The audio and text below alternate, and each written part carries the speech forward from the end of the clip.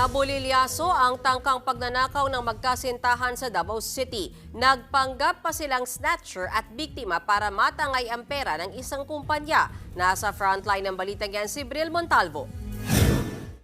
Sa kuha ng CCTV footage sa motor shop na ito, makikita ang pagtawid ng isang babaeng nakapula.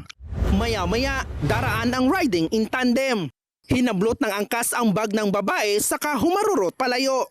Nangyari yan noong Lunes ng hapon sa highway ng Barangay Matina Aplaya, Davao City. Base sa investigasyon, dumulog sa kanilang tanggapan ang babaeng si Ana para ipablatter ang pang-snatch sa kanya. May laman kasing higit kalahating milyong piso ang tinangay na bag niya.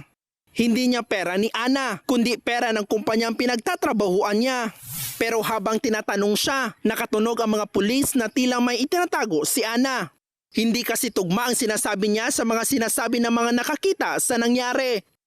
Naging hysterical doon sa area, which we found out na sabi ng mga security guards and tricycle drivers, wala naman daw nangyari na ganong senaryo. Dito na pag-alamang snatch me modus ang nangyari. Ibig sabihin, gawa-gawa lang ang pang-snatch dahil kasabwat din ni Ana ang sinasabing snatcher.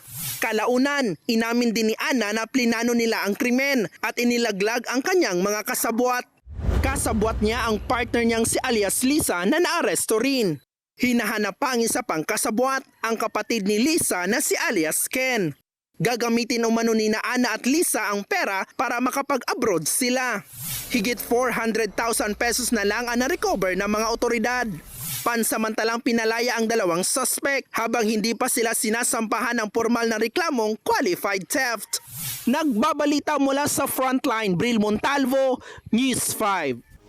Mga kapatid, may Los Baños po. Huwag magpahuli sa mga balita at impormasyong dapat ninyong malaman. Para sa mas malawak na balitaan at diskusyon, mag-follow at mag-subscribe sa social media pages ng News 5.